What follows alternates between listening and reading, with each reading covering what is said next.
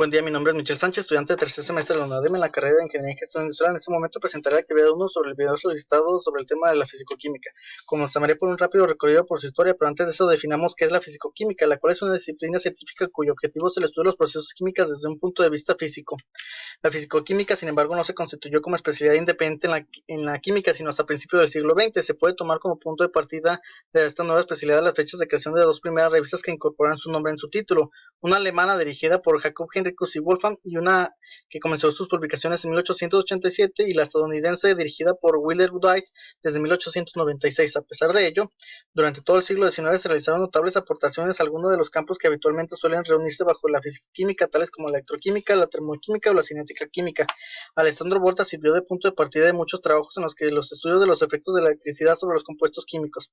Humphrey Davy hizo pasar corriente eléctrica a través de la sosa y potasa fundida, por lo cual le permitió estudiar dos nuevos elementos, el sodio y el potasio. Después, su principal discípulo y sucesor en la Royal Institution fue Faraday, que continuó sus investigaciones de su maestro, en donde, por ejemplo, propuso sus dos conocidas leyes sobre la de electrólisis. La primera afirma que la cantidad de sustancias que depositan un electrodo es proporcional a la cantidad de la carga eléctrica que atraviesa el circuito, y en la segunda, Faraday afirma que la cantidad de carga eléctrica que provoca el desprendimiento de un gramo de hidrógeno produce el desprendimiento de una cantidad igual o equivalente electroquímico de otras sustancias.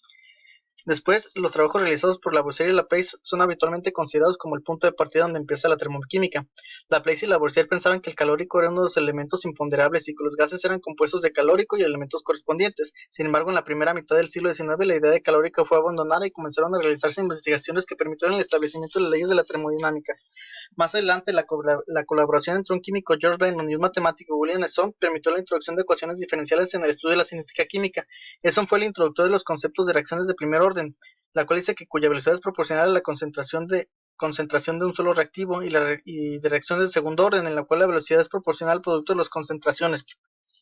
En los últimos años del siglo XIX, los trabajos de Henricus tuvieron una gran influencia en esto y otros campos de la química. Entre sus aportaciones se encuentra la introducción del método diferencial para el estudio de la velocidad de las reacciones químicas y su famosa ecuación que permite relacionar la velocidad y la temperatura de la reacción. El desarrollo de la mecánica cuántica y su aplicación al estudio de los fenómenos químicos ha sido uno de los cambios más notables que se han producido en la química del siglo XX.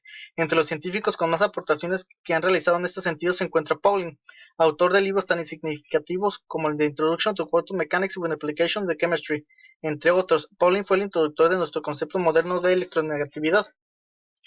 De igual manera, surge una rama muy importante en la fisicoquímica, la cual es la termodinámica. Esta estudia las relaciones y el intercambio entre las diferentes formas de energía de un sistema macroscópico y estudia la energía en todas sus formas, en particular como el calor. Y a lo largo de sus años se encontraron tres leyes postuladas más su ley cero. Tenemos ahora pues la ley cero, la cual podríamos decir que dos cuerpos tienen la misma temperatura cuando están en equilibrio térmico entre sí. La primera ley nos dice básicamente que la energía no se puede crear ni destruir, solo se transforma, como vemos en las imágenes a la derecha. La segunda ley nos dice que la cantidad de entropía en el universo tiende a incrementarse en el transcurso del tiempo. Esta ley explica la irreversibilidad de los fenómenos físicos, por ejemplo el hecho de que una vez quemado un papel no puede hacérselo volver a su forma original. La tercera ley nos dice que no se puede enfriar un sistema termodinámico al cero absoluto en un número finito de procesos físicos, es decir, que no se puede jamás alcanzar un cero absoluto. Pasamos a las sustancias puras. Una sustancia pura es un conjunto de moléculas todas iguales entre sí. También existe lo que se conoce como mezcla, lo que será cualquier conjunto de moléculas desde algunas sean diferentes de las otras, es decir, la unión física de dos o más sustancias puras. Las sustancias se presentan en diferentes fases, sólido, líquido y gaseosa, en función de su presión y temperatura. Los científicos por el largo del tiempo encontraron dos características o criterios que les diferencian las fases: la forma constante y el volumen constante.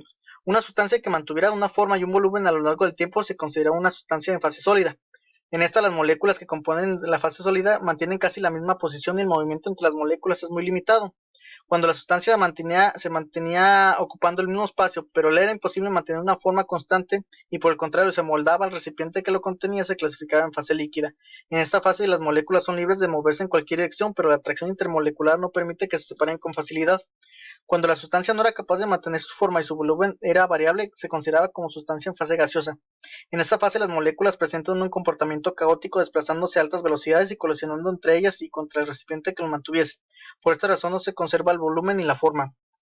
Por otro lado tenemos las disoluciones, que son aquellas mezclas que siguen siendo las mismas después de ser mezclados y además de ser homogéneas no se ve la diferencia en sus componentes después de ser mezclados a simple vista. Tenemos algunos componentes que tenemos que entender. El componente más abundante en la disolución se llama disolvente y el resto se le llama soluto. La solubilidad es la máxima cantidad de soluto expresada en gramos que se puede disolver por cada 100 gramos de disolvente. La concentración es la cantidad de soluto que hay disuelto en una cantidad de solución. Por sus niveles de concentración tenemos diluidas, que es cuando la cantidad de soluto respecto al disolvente es pequeña, y concentradas cuando la proporción de soluto con respecto al disolvente es grande. Por último, se dice que una solución está saturada a una determinada temperatura cuando no admite más cantidad de soluto. Tenemos ahora dos tipos de gases, el real y el ideal. El gas ideal es un modelo teórico que posee el comportamiento que tendrían sustancias gaseosas en cualquiera de sus condiciones de límite de presión.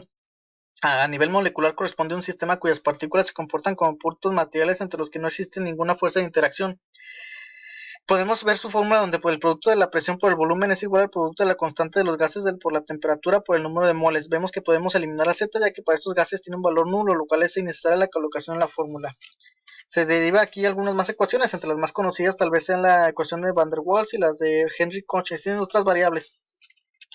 Ahora pasamos a los gases reales, que consisten en átomos o moléculas con atracciones y repulsiones intermoleculares. Las atracciones tienen un rango más amplio que las repulsiones. En su ecuación agregamos el valor de la Z, ya que ahora debe tomar un valor variable. Tenemos cuatro características que diferencian ambos gases. De estas tenemos dos principales. La primera es que cuando el valor de Z es igual a 1, siempre estaríamos hablando de un gas ideal. Y cuando el valor de Z sea diferente de 1, estaríamos hablando de un gas real. La última es que los gases a presiones y la última es que los gases reales a presiones y temperaturas cercanas a las ambientales actúan como gases ideales. Y bueno, por mi parte será todo. Dejo aquí las referencias que usé para la consulta de información presentada. Gracias.